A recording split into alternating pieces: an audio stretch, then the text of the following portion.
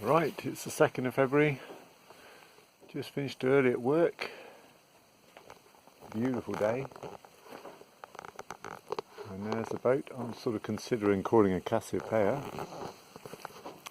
because that's what the last one was called.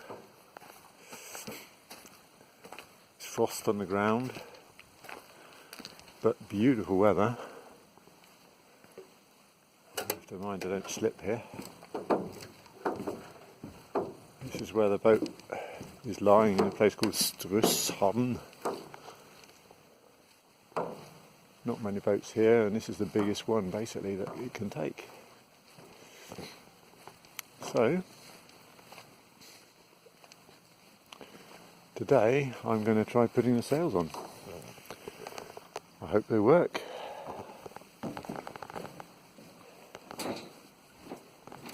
Not going anywhere, but it'll be interesting just to see if they fit properly.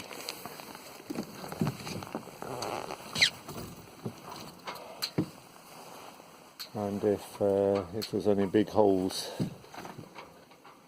I hope not. I really hope not. That's it. There we go.